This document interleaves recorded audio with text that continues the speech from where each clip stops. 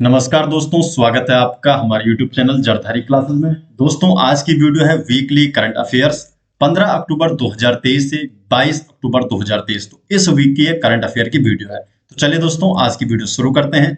आज की वीडियो का क्वेश्चन नंबर 1 है, हाल ही में उत्तराखंड से किसे नेशनल फिल्म अवार्ड से सम्मानित किया गया है? तो उत्तराखंड से किसे नेशनल फिल्म अवार्ड से सम्मानित किया गया है? तो श्रेष्ठ लखेड़ा को उत्तराखंड से नेशनल फिल्म अवार्ड से सम्मानित किया गया है। डिटेल जान लेते हैं। तो उत्तराखंड की श्रेष्ठ लखेड़ा, इनको इनकी फिल्म है एक था गांव। तो एक था गांव के लिए राष्ट्रीय फिल्म पुरस्कार अवार्ड से सम्मानित किया गया और ये जो पुरस्कार मिला इनको राष्ट्रपति द्रौपदी मुर्मू जी के द्वारा ये पुरस्कार दिया गया इनको। और इनकी फिल्म एक था गांव के लिए। जो एक था गांव फिल्म है, ये एक 80 साल की वृद्ध महिला की संघर्ष करने की क्षमता का चित्रण करती है। जो फिल्म एक था गांव है, इससे पहले इस फिल्म को Mumbai academy of moving image मामी फिल्म महोत्सव के इंडिया गोल्ड श्रेणी में भी ये जगह बना चुकी है और अब इसे राष्ट्रीय फिल्म पुरस्कार अवार्ड से सम्मानित किया गया है। गढ़वाली और हिंदी भाषा में बनी ये फिल्म है और इसमें घोस्ट विलेज बोले तो पलायन से खाली हो चुके गांव की कहानी दर्शाई गई है। नेक्स्ट क्वेश्चन है क्वेश्चन नंबर 2, हाल ही में उत्तराखंड में कौन से नृत्य को वर्ल्ड बुक ऑफ रिकॉर्ड में स्थान मिला है? तो उत्तराखंड का कौन सा नृत्य है जिसे हाल ही में वर्ल्ड बुक ऑफ रिकॉर्ड्स में स्थान मिला है? तो ये है छोलिया नृत्य और झोड़ा नृत्य। इन दोनों ही नृत्य को वर्ल्ड बुक ऑफ रिकॉर्ड्स में स्थान मिला है। तो डी ऑप्शन इसका सही जवाब है, बी और सी दोनों। इसके बारे में देख लेते हैं। तो अभी प्रधानमंत्री नरेंद्र मोदी उत्तराखंड में आए थे और 12 अक्टूबर को उत्तराखंड आगमन पर उत्तराखंड के छोलिया और झोड़ा लोक नर्तकों की लोक वाद्य यंत्रों के साथ प्रस्तुति की गई और इसी प्रस्तुति को वर्ल्ड बुक ऑफ रिकॉर्ड में स्थान प्राप्त हुआ है। जो वर्ल्ड बुक ऑफ रिकॉर्ड है, लंदन ने इसे सर्टिफिकेट देकर सम्मानित किया गया है। तो छोलिया और झोड़ा नृत्यों को वर्ल्ड बुक ऑफ रिकॉर्ड में स्थान प्राप्त हुआ है।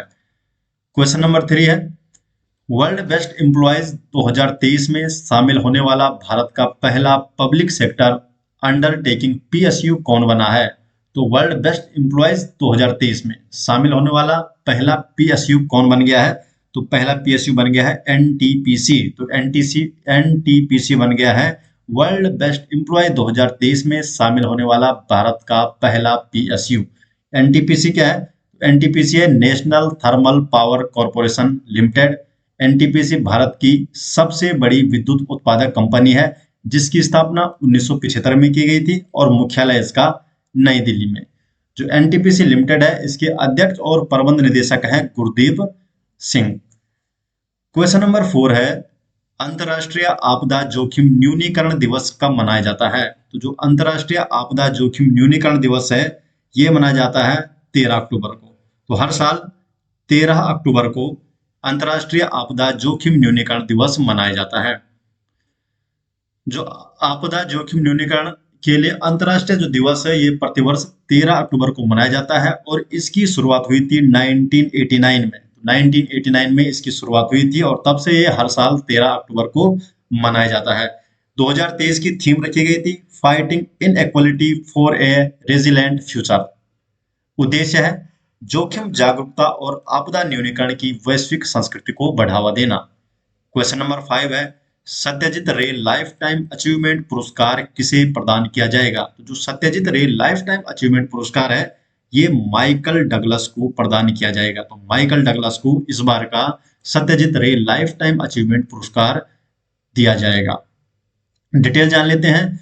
तो जो माइकल डगलस है, ये हॉलीवुड अभिनेता और निर्माता है और इन्हें 54वें भारतीय अंतर्राष्ट्रीय फिल्म महोत्सव में सत्यजीत रे लाइफ टाइम अचीवमेंट पुरस्कार 2023 से सम्मानित किया जाएगा।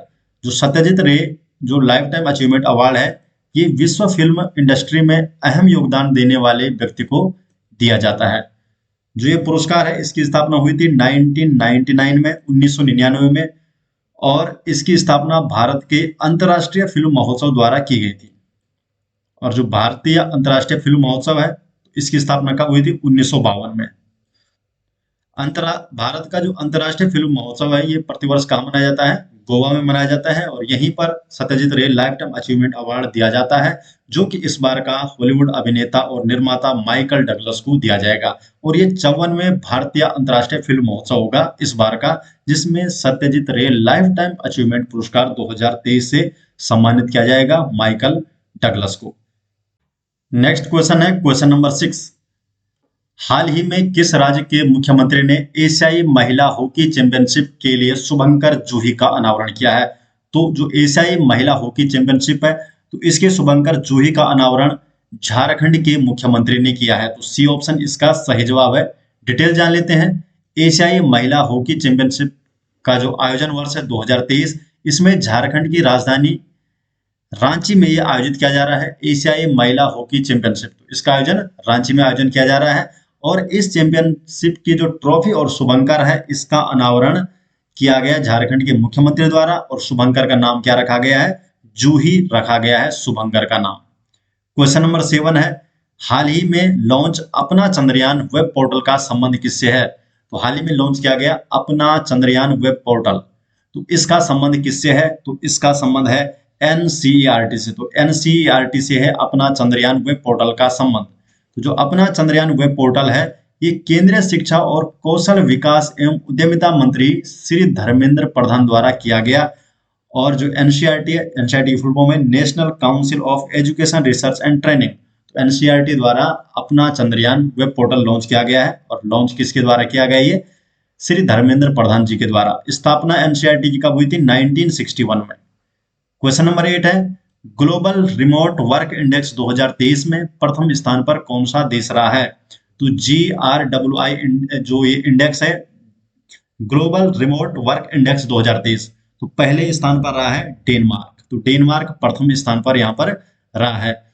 जो GRWI है, ग्लोबल रिमोट वर्क इंडेक्स 2023, तो पहले स्थान पर रहा है डेनमार्क और भारत इसमें रहा है 108 देशों में से 64वें स्थान पर। जो ग्लोबल रिमोट वर्क इंडेक्स है, इसको जारी करता कौन है? Cyber security firm NordLayer. तो साइबर सिक्योरिटी फर्म नोर्डलेयर के द्वारा ग्लोबल रिमोट वर्क इंडेक्स जारी किया जाता है। जो ग्लोबल रिमोट वर्क इंडेक्स है, ये 4 मूलभूत मानदंडों के आधार पर देशों का मूल्यांकन करता है। और ये 4 मूलभूत मानदंड कौन कौन से हैं? साइबर सुरक्षा, आर्थिक सुरक्षा, डिजिटल और भौतिक अवसंरचना और सामाजिक सुरक्षा। क्वेश्चन नंबर 9 है, इस वर्ष राष्ट्रीय आयुर्वेद दिवस किस थीम पर आयोजित किया जाएगा? तो राष्ट्रीय आयुर्वेद दिवस इस साल किस थीम पर आयोजित किया जाएगा? तो वन हेल्थ के लिए आयुर्वेद। तो वन हेल्थ के लिए आयुर्वेद इस थीम पर राष्ट्रीय आयुर्वेद दिवस आयोजित किया जाएगा। डिटेल जान लेते हैं। तो आयुष मंत्रालय ने घोषणा की है कि इस वर्ष जो 2023 का राष्ट्रीय आयुर्वेद दिवस है, ये 100 से अधिक देशों में मनाया जाएगा। और इस वर्ष के राष्ट्रीय आयुर्वेद दिवस को वन हेल्थ के लिए आयुर्वेद की थीम पर मनाया जाएगा। जो राष्ट्रीय आयुर्वेद दिवस है, ये इस साल 11 नवंबर को मनाया जाता है और इस साल ये 11 नवंबर को मनाया जाएगा। देखो ये हर साल अलग अलग आता है। क्यों आता है? क्योंकि ये दिवस धन्वंतरी जयंती के अवसर पर मनाया जाता है। तो इस बार जो धन्वंतरी दिवस जिस हिसाब से पड़ रहा है, तो इसलिए राष्ट्रीय आयुर्वेद दिवस है, इस साल ये 11 नवंबर को मनाया जाएगा। जो धन्वंतरी है, ये हिंदू मान्यता के अनुसार ये भगवान विष्णु के अवतार हैं, जिन्होंने आयुर्वेद प्रवर्तन किया।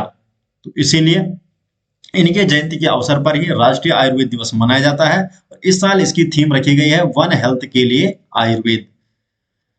नेक्स्ट क्वेश्चन है क्वेश्चन नंबर 10, हाल ही में जारी ग्लोबल पेंशन इंडेक्स 2023 में भारत की रैंक कौन सी है? तो ग्लोबल पेंशन इंडेक्स 2023 में भारत की रैंक है 45वीं। डी ऑप्शन इसका सही जवाब है। तो 45वीं रैंक है भारत की। डिटेल जान लेते हैं। अक्टूबर 2023 में मर्सर सीएफए इंस्टीट्यूट, तो मर्सर सीएफए इंस्टीट्यूट द्वारा जारी की गई है ग्लोबल पेंशन इंडेक्स, ये जारी की है मर्सर सीएफए इंस्टीट्यूट द्वारा। इस इंडेक्स में 47 देशों की पेंशन प्रणालियों का आकलन किया गया है, जिसमें भारत की रैंक है 45वीं। पहले नंबर पे है नीदरलैंड, दूसरे पे है आइसलैंड, तीसरे पे है डेनमार्क। और वर्ष 2023 में ग्लोबल पेंशन इंडेक्स का ये 15वां संस्करण जारी किया गया है। क्वेश्चन नंबर 11 है, आईएसओ प्रमाण पत्र पाने वाला देश का पहला महिला पुलिस स्टेशन कौन सा है? तो आईएसओ प्रमाण पत्र पाने वाला देश का पहला महिला जो पुलिस स्टेशन है, तो ये कौन सा है? महिला पुलिस स्टेशन भोपाल। तो भोपाल का जो महिला पुलिस स्टेशन है ये आईएसओ प्रमाण पत्र पाने वाला देश का पहला महिला पुलिस स्टेशन है। डिटेल देख लेते हैं इस बारे में। तो भोपाल में स्थित जो महिला थाना है इसे आईएसओ प्रमाण पत्र प्रदान किया गया है। आईएसओ प्रमाण पत्र पाने वाला ये देश का पहला महिला थाना बन गया है। आईएसओ क्या है? International Organization for Standardization. ISO एक गैर सरकारी संगठन है जिसकी स्थापना 1947 में की गई थी और इसका मुख्यालय है जिनेवा, स्विट्जरलैंड में। क्वेश्चन नंबर 12 है, इसरो ने कब तक अंतरिक्ष में स्वदेशी स्टेशन स्थापित करने का लक्ष्य रखा गया है? तो इसरो के द्वारा अंतरिक्ष में स्वदेशी स्टेशन स्थापित करने का लक्ष्य कब तक रखा गया है? 2035 तक। बी ऑप्शन सही जवाब है। तो इसरो ने 2040 तक तो चंद्रमा पर पहले भारतीय को भेजने और 2035 तक भारतीय अंतरिक्ष स्टेशन स्थापित करने का लक्ष्य रखा है। 2035 तक रखा है भारतीय अंतरिक्ष स्टेशन स्थापित करने का और 2040 तक रखा है चंद्रमा पर पहले भारतीय को भेजने का लक्ष्य। और साथ ही 2025 में क्या रखा गया है कि अंतरिक्ष में मानव मिशन गगनयान भेजने का लक्ष्य रखा गया है। इसरो की फुल फॉर्म है इंडियन स्पेस रिसर्च ऑर्गेनाइजेशन। स्थापना हुई थी 15 अगस्त 1969 को। मुख्यालय है बेंगलुरु में। फाउंडर क्या कौन थे इसरो के? विक्रम साराभाई। और वर्तमान में इसरो के चेयरमैन है Shri S Somnath. Question number 13 है, हाल ही में नवरत्न कंपनी का दर्जा किसे मिला है? तो नवरत्न कंपनी का दर्जा हाल ही में किसे मिला है? तो हाल ही में मिला है राइट्स लिमिटेड को और इरकॉन को। तो ए और बी दोनों को। तो डी ऑप्शन इसका सही जवाब है। तो हाल ही में वित्त मंत्रालय ने रेलवे से जुड़ी दो कंपनियां हैं राइट्स लिमिटेड और इरकॉन, इनको नवरत्न कंपनी का दर्जा दिया है। इससे पहले भारत में कुल 14 नवरत्न कंपनियां थी और अब कितनी हो गई है? 16 हो गई। 15वीं है इरकॉन और 16वीं है राइट्स लिमिटेड। इन दोनों को ही नवरत्न कंपनियों का दर्जा मिला है। जो राइट्स लिमिटेड है इसकी स्थापना 1974 में की गई और इरकॉन की स्थापना 1976 में हुई थी। क्वेश्चन नंबर 14 है, अंतरराष्ट्रीय ओलंपिक समिति ने किस खेल को 2028 के लॉस एंजल्स ओलंपिक में शामिल किया है? तो किस खेल को किया है अंतरराष्ट्रीय ओलंपिक समिति ने 2028 के जो लॉस एंजल्स ओलंपिक होने वाला है? तो कौन कौन से खेल है जिनको शामिल किया गया है? तो यह है स्क्वैश, बेसबॉल और क्रिकेट। इन तीनों खेलों को ही शामिल किया गया है 2028 के लॉस एंजल्स ओलंपिक में। डिटेल जान लेते हैं। तो अंतरराष्ट्रीय ओलंपिक समिति के कार्यकारी बोर्ड ने 2028 के लॉस एंजल्स ओलंपिक में क्रिकेट, स्क्वैश और बेसबॉल इन तीनों खेलों को शामिल करने का निर्णय लिया है। क्रिकेट की बात करें तो आखिरी बार ओलंपिक में 1900 में क्रिकेट खेला गया था। तो 128 साल बाद क्रिकेट दोबारा खेला जाएगा ओलंपिक में। क्वेश्चन नंबर 15 है, ग्लोबल हंगर इंडेक्स GHI 2023 में भारत की रैंक कौन सी है? तो GHI 2023 में भारत की रैंक कितनी है? तो भारत की रैंक है 111 है भारत की रैंक। डिटेल जान लेते हैं। तो वर्ल्ड वाइड एंड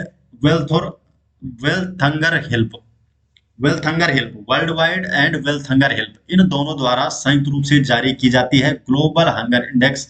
और 2023 में भारत 125 देशों में से 111वें स्थान पर रहा है। वर्ष 2022 में भारत की रैंक थी 107, वो अभी 4 पीछे गया है भारत।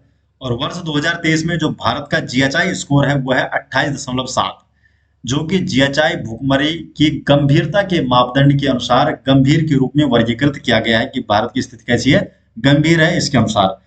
जबकि समग्र विश्व की बात करें तो GHI स्कोर है 18.3 और ये क्या है, मध्यम माना जाता है, ये मॉडरेट माना जाता है ये स्कोर। तो दोस्तों ये हो गए इस वीक के करंट अफेयर। आशा करते हैं कि आपको वीडियो पसंद आई। ये सभी नोट्स आपको मिलेंगे हमारे एप्लीकेशन में।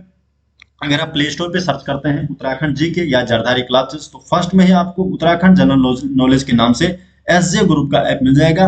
वहां पर आपको weekly current affair, daily current affair, Uttarakhand GK सभी चीजें आपको वहां पर देखने को मिल जाएगी। तो मिलते हैं दोस्तों नेक्स्ट वीडियो के साथ, तब तक के लिए आपका बहुत बहुत धन्यवाद।